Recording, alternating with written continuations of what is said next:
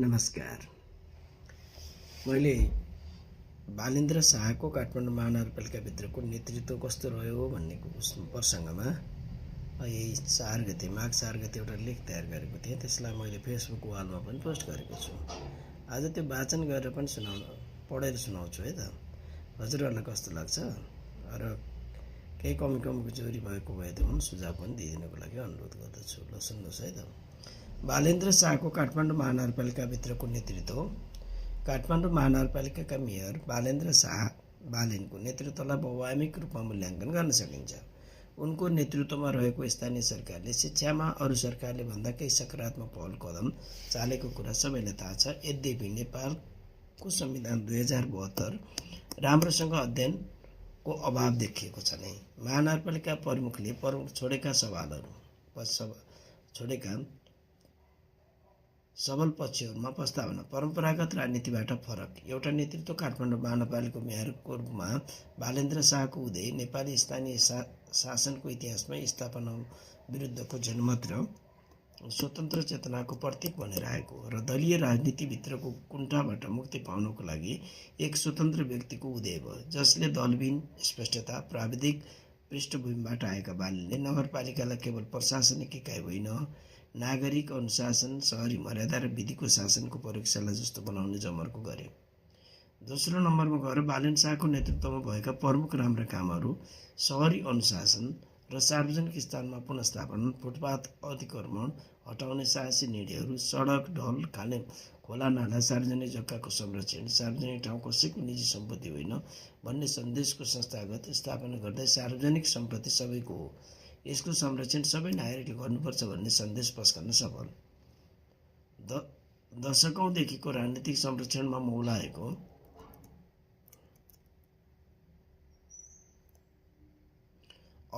अव्यवस्था तोड्ने पहिलो ठोस प्रयासको रूपमा लिन सकिन्छ। खमा गएर कानुनको समान कार्यान्वयनको सन्दर्भमा ठूला व्यवसायी पहुँचवालादेखि सामान्य नागरिकसम्म एउटै मापदण्ड अपनाई राजनीतिक दबाव र धम्की व्यवस्था गरी अगाडि बढेको पाइएको छ।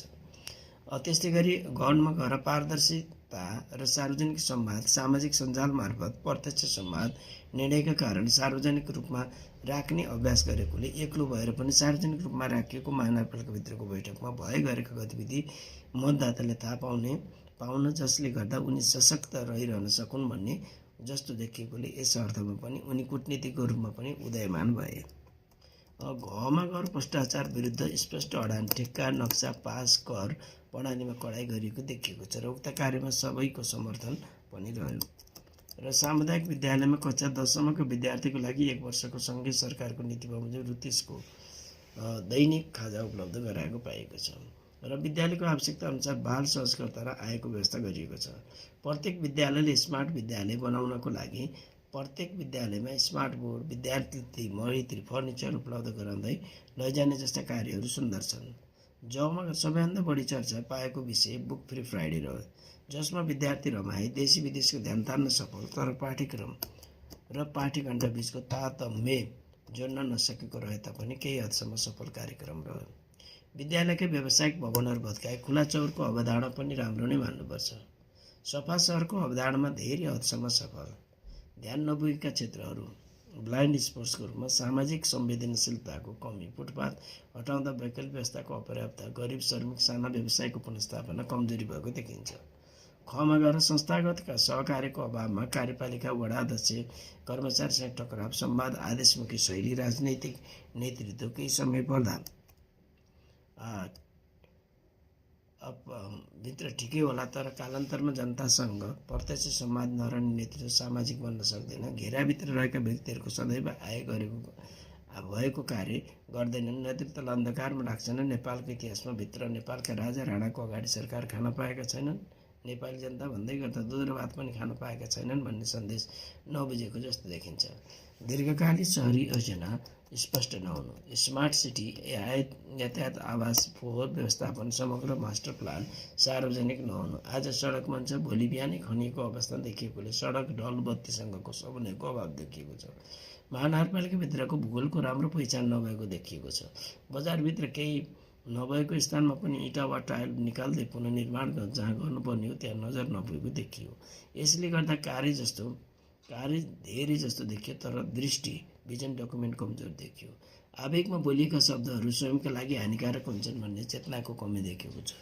सिंहदरबार जलाउने कुरा बोलियो, कालान्तरमा गएर सिंहदरबार जल्यो। त्यसैले खान पाए भनेर क्वाप्प नखानु, भन्न पाएँ भनेर प्याच्च नभन्नु, किनकि समयको गतिसँग यस्ता बोलीहरू गलपास हुन सक्छन् भन्ने कुराको एक्का नहुनु नै हो। चौमा गएर काठमाडौँ महानगरपालिकाभित्रका सबै सामुदायिक विद्यालयका विद्यार्थीहरू कक्षा 11 र 12मा अध्ययनको संस्थागत विद्यालयमा पठाइएको। सामुदायिक विद्यालयका व्यावसायिक भवनहरू भत्काउन लगाई तिनको सही व्यवस्थापन गर्न नसकेको। 3 तहका सरकारको बीचमा सहकार्य समय नै हुनुपर्ने हो, तर प्राय टकराव नै देखियो। अझै अधुरा गर्नुपर्ने प्रमुख कार्यहरू वैकल्पिक जीविकोपार्जन कार्यक्रममा हटाइएका व्यवसायको लागि पुनःस्थापना, सस्तो बजार, सहकारी मोडल, सिप विकास जस्ता कार्यहरूमा जोड दिँदै त्यतातर्फ योजना बनाउँदै अगाडि बढ्नुपर्ने हो। सहरी यातायात सुधार गर्नुपर्ने हो। सार्वजनिक यातायात सुधारमा महानगरको सक्रिय भूमिका पैदल र साइकल मत्री सहरको ठोस कार्यान्वयन हुनुपर्ने हो, तर त्यो देखिएन। सबैभन्दा असहज भनेको सार्वजनिक बस, माइक्रो बस आदिको अस्तव्यस्त। नागरिकलाई दैनिक चाहिने सेवा 10 मिनटको यात्रालाई झन्डै 1 घण्टा लगाइदिने र बस धेरै लामो समय रोकिरहनु पर्ने देखिरहेको छ। यसबाट समग्र रूपमा सबै नागरिकहरू असहजमा परेको पाइएको छ। हस्, धन्यवाद।